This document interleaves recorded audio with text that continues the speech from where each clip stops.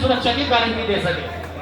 और वो एकमात्र नरेंद्र मोदी है, उसके अलावा दूसरा कोई नेता नहीं है। और हमारे देश की तो छोड़िए, विदेशों में जिस नेता का डंका बज रहा है वो है नरेंद्र मोदी। रूस जो अमेरिका तक की नहीं सुन रहा, वो मोदी की चीज के जाने पे युद्ध को विराम दे देता है।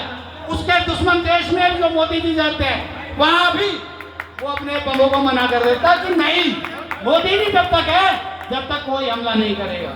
इससे ताकतवर नेता क्या चाहिए? अगर इससे भी ज्यादा ताकतवर नेता चाहिए तो राहुल गांधी जैसे जी को बुला लीजिए, जिनको ये नहीं पता होता कि भाषण में बोलना क्या है।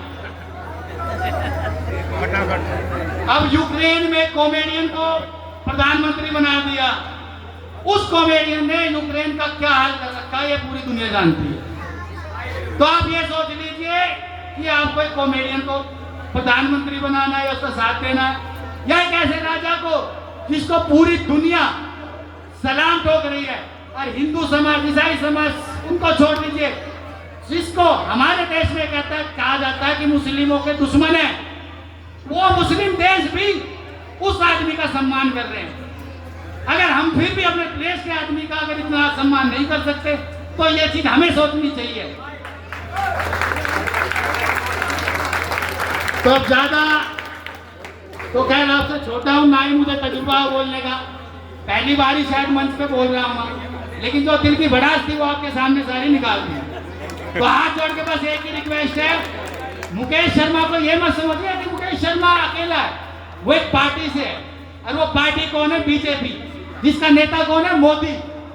तो हम मुकेश शर्मा को मजबूत कर रहे हैं, जिता रहे हैं, तो हम उसकी मोदी जी को भी मजबूत कर रहे हैं। तो इस चीज का खास तौर पर ध्यान रखना, और अपने हिंदू समाज के लिए कट्टर हिंदूवादी सोच है, कोई डर नहीं है, कोई शर्म नहीं है, बोलते कट्टर हिंदू सोच है।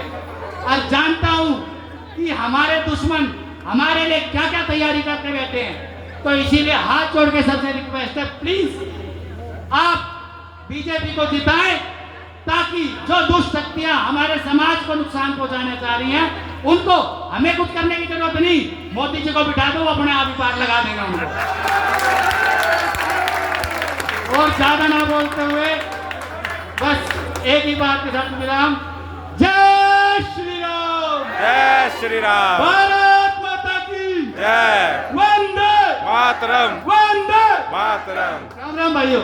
राम।